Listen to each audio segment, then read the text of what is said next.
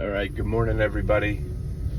It's pretty early in the morning, 4 o'clock, and we are off to work. I always work really early in the morning. It's probably less douchey to have my hood on in a video. Oh, speed bump. So I always work pretty early in the morning to get out early. I have that, I do have that freedom, so that's kind of nice, you know what I mean? And that allows me to have the time I need at the gym and to get other things done in life without any extra pressure that I'm missing out on family time and stuff like that. I do sympathize quite a bit with anybody that's got to do a regular 9-to-5 job and try to fit in family stuff, fit in all the normal things, and try to get to the gym like after work. I do understand. And then like going to the gym at that 5:30, 6 o'clock range I don't know how other people do it. So if you're doing it, good for you. I do applaud you, because when there's that many people at the gym and your whole routine is getting totally screwed because you're trying to wait for a piece of equipment, or you got the gaggle of teenage boys that are hanging around a machine for 45 minutes because for some reason it took 3 of them to all get there and work out. And then sometimes, I hate to say it, sometimes the old people, and old to me, they're like 106 years old, and I don't know, they're on a piece of equipment for 5 hours, and they're doing like weird, like you see these guys, they do like weird little presses, like I'm not like poking fun, just it can be annoying. So again, if you're going to work, or you're going to the gym after work, kudos to you, but for me, I'm usually there. I can get there between 9:30, 10 o'clock in the morning, and it's pretty slow. So, but anyway, the reason for this video, I've done a lot of videos in the past, and I've basically, for the last 2 years, I'm coming up on my 3rd year of really getting into lifting, and I think I've made some pretty decent gains. I'm certainly not what you would call somebody who's a hard gainer, that's for sure. Weight seems to like me.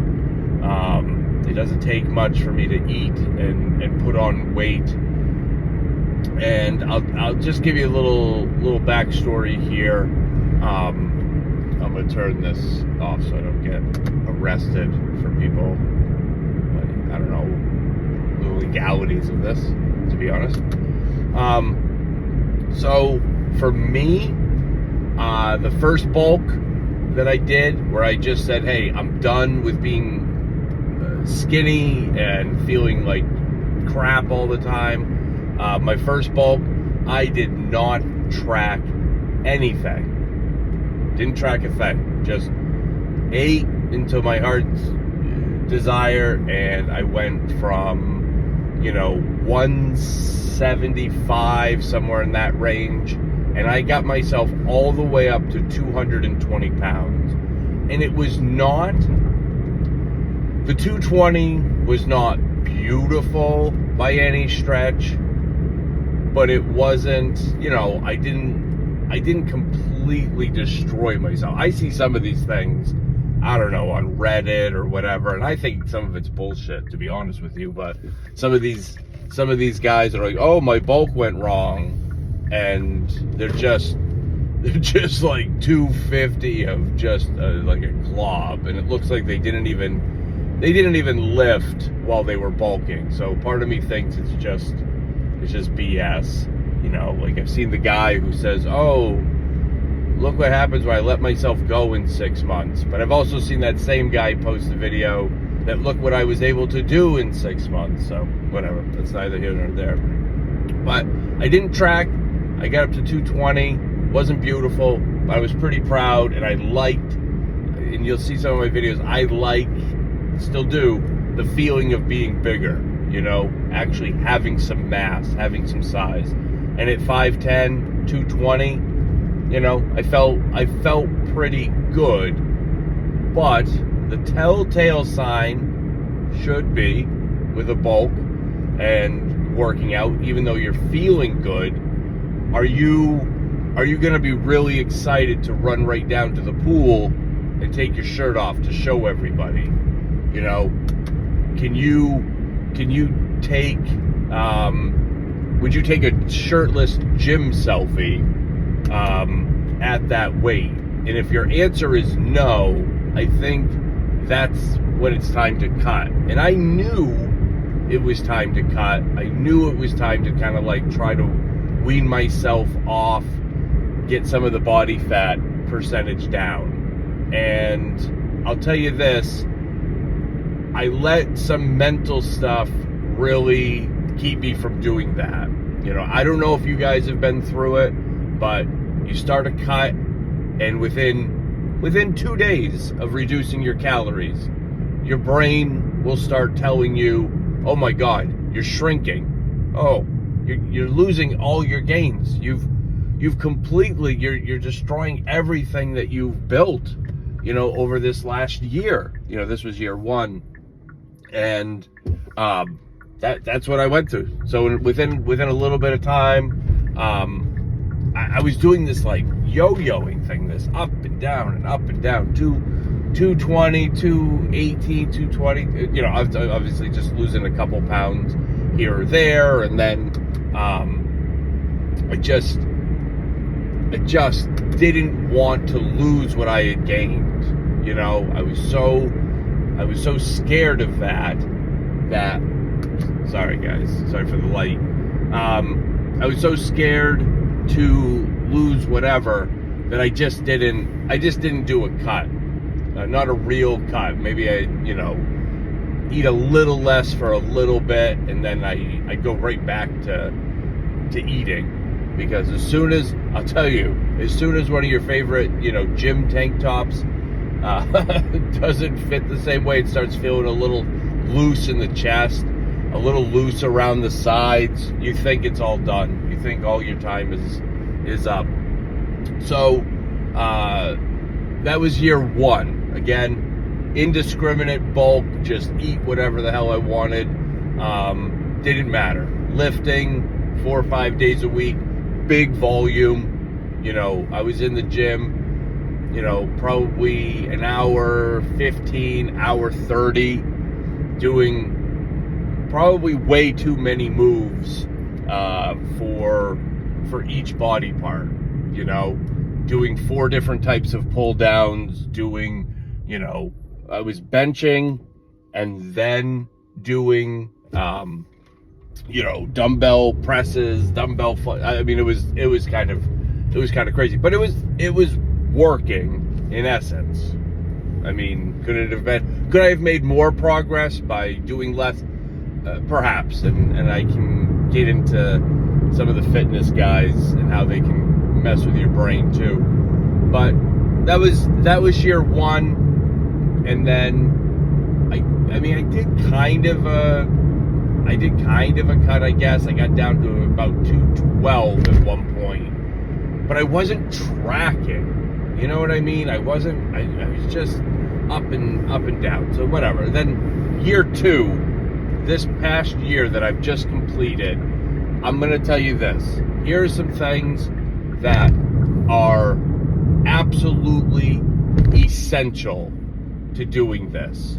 Okay? And I know it's not rocket science. It's just what I've discovered for myself, and I'm really making sure to do some of this to log and let myself know for down the road. But 1, you have to count calories when you bulk.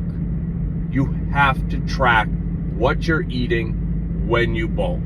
There is no if, ands, or buts. You can do it. You can gain weight bulking without counting, of course. That is a total no-brainer. But I'll tell you this. Count during your bulk. Track during your bulk. weigh your food during your bulk. And here's another little tip. Try to eat the same stuff every day.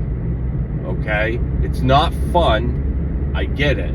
But none of this is 100% fun. Okay? You're trying to do something. You're trying to achieve something. Sometimes you got to make the sacrifice. And here's the reason I say eat the same stuff every day.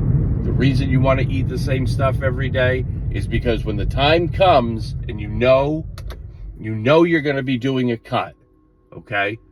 That way you know exactly what you can cut out, what you can change. You may not even have to really adapt too much, but you can just make a few small tweaks and you can cut calories out of that bulk diet in a heartbeat. You know, like in the morning when I was bulking, I would do, like 5 whole eggs scrambled. All right, every day. Then I'd add about an ounce of shredded cheese and I would cook it to keep it from sticking, and it made it taste better. 1 tablespoon of butter. Okay, well, that 1 tablespoon of butter and the shredded cheese was like basically 213 calories all on its own. So what I did when I got into this cut that I've been doing, and I'll talk about at some point, I changed over to a half a cup of egg whites, 2 eggs, no cheese, and no butter. And right there, I'm saving a ton of calories just off that one meal. And sometimes when if you've been watching enough videos, on average you can cut about 500 calories a day, and you lose roughly a pound of fat a week. And guess what? That's pretty close right there to being all I had to really cut out of my diet, so to speak. From your maintenance calories.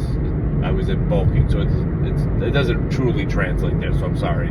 But so yeah, little tweaks like that can make a big difference. So definitely track, weigh the whole time as you're going up. And then I'll tell you this is the most important part here, getting into this cut. I've had to mentally just wrangle myself into this thing because I could feel it early on, the same exact things, those same little things in the back of my head. Oh, listen, you're getting small, you're losing all your gains, everything you've worked for, it's all gonna go away.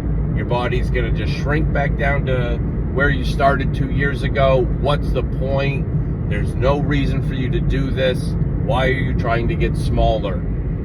And I've had to wrestle those thoughts and those feelings away. I had to get rid of them and fight through it. And I'll tell you this, after a couple weeks, okay, and the other thing too, it takes a while. It took me a while to kind of really dial in what my calories needed to be to start losing weight. Because when you're eating, between 3,500 and 4,000 calories a day on a bulk, it takes a while. You think you're just gonna, throw some arbitrary number up there. You think, oh, I'll just go down to 3,000, and then I'll tell you this: between 2,200 and 2,500 calories a day, and still lifting the 5-6 days a week. No cardio. I know I could speed it along with cardio, but I didn't want to do it with cardio. But right around 2,200 to 2,500, and everything I've read online, oh, that's going to be too little. That's not enough. Sorry, I just saw 2 planes literally up in the sky. It looked like UFOs because they came so close to each other. That was very bizarre. But yeah, 2,200 to 2,500 calories a day, and I've finally started to drop some weight. So, but I'm going to tell you, by doing this cut, yes, have I felt smaller? Yes. But guess what? I have been able to finally, while just walking around, this is the big difference, and you'll feel this, and I want people to understand this. When you're big and you're all bulked out, you walk around, you look in the mirror, you're big. There's certain things that feel good, right? There's certain things that you love. You love the fact of how, like, your clothes will fit, your t-shirts will fit, right? They feel snug, they feel nice and tight. And that's great. And as you're cutting, sometimes those will feel a little looser, like this hoodie I've been wearing in a lot of my videos. I love this hoodie. And, you know, I could feel like there were times where, you know, the material was just stretched out against my arms, and I loved it. But again, I wouldn't have just gone right down to the community pool and taken off my shirt, because I don't think what I had built is really what I had envisioned. So during this cut now when I walk by a mirror, I'm seeing the definition in my shoulders. I'm seeing less of that wrinkled side boob, you know, for my chest. You know what I mean? What I'm basically doing is I'm taking away all the extra clay that I've packed on my body. I've built a vase underneath here, underneath all the clay, and I just got to keep chiseling and chiseling until I get down to it, you know. And I'm enjoying what I'm seeing. I think I'm actually starting to really see what it is I've been building. And this is my advice to everybody, because I've gone through it. And I know people will say, well, that's pretty dumb. But the reality is, the muscle that you're building during your bulk, it is hiding. It is hiding away. It's under, you know, it's basically under a sweater of flab, of fat. You know, you're big, you're getting bulk. It feels awesome. It really does. But to really see what you've built, that's going to take a cut, and that's going to take a sacrifice, and that's going to take, you know, getting rid of some stuff out of your diet. But it is worth it. It is worth getting through and fighting some of those feelings that you have that might be keeping you from cutting. Give yourself some time. Keep lifting. When you're in front of that mirror and you're doing, you know, if you're doing shoulder raises and you can finally see all the muscles in your shoulder, you can see some of the lines in your chest and some veins on your bicep. Finally, when you're starting, that's how you're going to finally see the body you've been trying to build. Okay, don't cut too early, but you do have to do it more than a serious cut once after 2 years, you know, because it does take longer. You know, I started off at like 222. I weighed myself this morning. I'm down to 213. So that's 9 pounds. And I feel, you know, I am happy with it. I am happy with it. And I think you can be too. Just don't be afraid to cut. Do the cut. Do the actual cut. Give yourself a certain amount of time. Don't do it forever. Don't whittle yourself down to, you know, I'm not trying to get down to some crazy low body fat percentage. I've got this one last stubborn bit of tummy fat. I'm not going for a 6-pack, because I'll tell you in a different video, I've had in years past, I've had 6-packs, and all you're going to do is obsess over keeping that 6-pack, and that's going to keep you from making some serious gains. But anyway, for now, the moral of the story is, don't be afraid to cut. Keep up with your cut. You're not going to lose all your gains in a month. You're just going to get rid of all the fat you've gained. That's your goal. Keep your muscle, keep your protein up, keep some of the other, you know, your macros in check. And I'll tell you, you'll start to see some of the fruits of your labor, as they say. So hopefully that helps somebody. I don't know. Maybe I'd watch this video. Maybe I'd get something out of it. I wish I had taken some of this advice years ago. I'd probably be in a little different spot right now. So, but all right. Thanks for watching, guys.